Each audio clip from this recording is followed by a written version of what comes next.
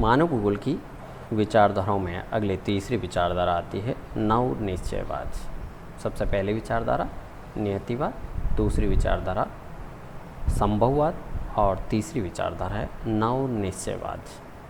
जो पहली विचारधारा थी निश्चयवाद, उसके आगे एक शब्द जोड़ा गया नव, मतलब निश्चयवादी विचारधारा में कुछ नए ऐसे विचार ऐड किए गए हैं, नए विचार ऐड किए हैं और इस विचारधारा को रुको और जाओ विचारधारा भी कहा गया है।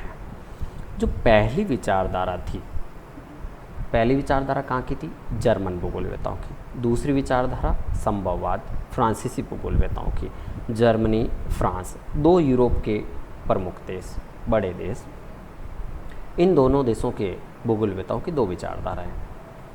सबसे प्राचीन विचारधारा नियतिवादी, दूसरी उसके बाद संभववादी।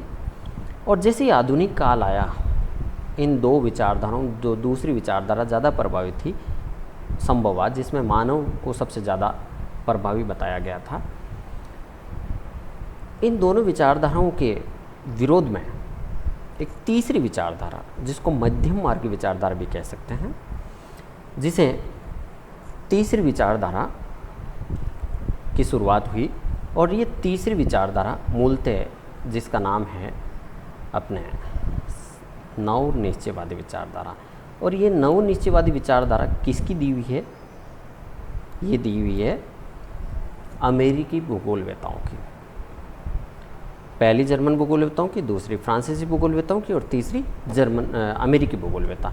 अमेरिकी भूगोलवेताओं ने जर्मन और फ्रांसीसी भूगोलवेताओं की दी हुई विचारधारा के बीच की विचारधारा, उन्होंने कहा ना तो प्रकृति सर्वे सर्वा है और ना ही मानव सर्वे सर्वा है, बल्कि मानव प्रकृति का कहना मानते हुए या नियंत्रित रहते हुए अपने क्रियाकलाप करता है। इस विचारधारा ने दोनों विचारधाराओं के संघर्ष को खत्म कर दिया और इसका श्रेय जाता है अमेरिकी भूगोलवेता, जो मूलतः रहने वाला ऑस्ट्रेलिया का था, ग्रिफिथ टेलर। ग्रिफिथ टेलर ने वैज्ञानिक निश्चयवाद इसका नाम रख दिया और उसने 1951 में अपनी पुस्तक geography in the 20th century, ये याद रखें, में इस विचारधारा पर जोर दिया। और वातावरण की उपेक्षा नहीं की जा सकती। मानव न तो प्रकृति का दास है, न उसका स्वामी है। मानव सर्वत्र सक्षम नहीं है, वह कहीं न कहीं प्रकृति के आगे मस्तक हो जाता है, बल्कि उनको खोना पड़ता है। तो टेलर ने रुको और जाओ, स्टॉप एंड गो डिटर्मिनिज्म की संज्ञा दी। किस तरह से?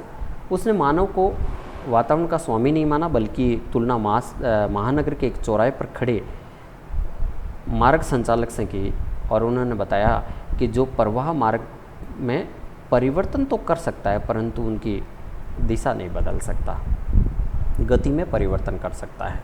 जैसे उसने ये एग्जाम्पल इस तरह से दिया कि चौराहे पे खड़ा ट्रैफिक पुलिस वाला जैसी येलो, रेड और ग्रीन लाइटें होती है, उसी आधार पे वो ट्रैफिक की गति तो परिवर्तन कर देता है। जैसे येलो लाइट होती है, ट्रैफिक है, वो धीमे हो जाता है, और रेड लाइट होती है, ट्रैफिक रुक जाता है, और ग्रीन सिग्नल होती है, ट्रैफिक पुनः चलना शुरू हो जाता है। कहने का मतलब एक बार रुका, उसके बाद वापस चलना शुरू हो जाता है। तो इसी तरह से प्रकृति भी मानव के कुछ जो बाध्यात्मक तथ्य है, उनके आधार पर प्रकृति मानव के क्रियाकलापों को रोकने का प्रयास करती है।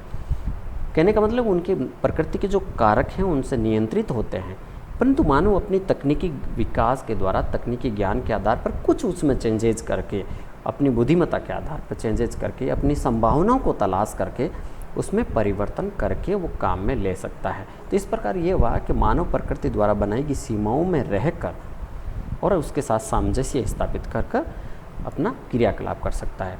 मानव प्रकृति का कोई स्वतंत्र एजेंट नहीं है, वो राष्ट्र के लिए प्रकृति ही सर्वश्रेष्ठ योजना निर्धारित करती है और मानव किसी भी राष्ट्र के प्रकृति के विकास को धीमा और अवरुद्ध कर सकता है, परंतु यदि वह बुद्धिमान है तो भौतिक परिवेश को ध्यान में रखते हुए और ये कार्य करना शुरू करेगा और प्रकृति को आगे। देखिए टेलर मोट बांट क्या लिखता है, मानव की छांट मतलब चॉइस को उसकी बुद्धिमत्तापूर्ण और मूर्खतापूर्ण कदम के रूप में बताया। लेकिन बुद्धिमत्ता और मूर्खता मानवीय विचारधारा है। कहने का मतलब मानव अपनी बुद्धिमत्ता से कुछ अच्छे डिसीजन ले सकता है, कई बार अच्छे डिसीजन गलत हो जाते तो मूर्खता भरे डिसीजन भी हो सकते हैं। इस प्रकार प्रकृति में कोई चीज़ या तो संभव है या फिर असंभव है, इनको उचित रूप देना मानव का काम है।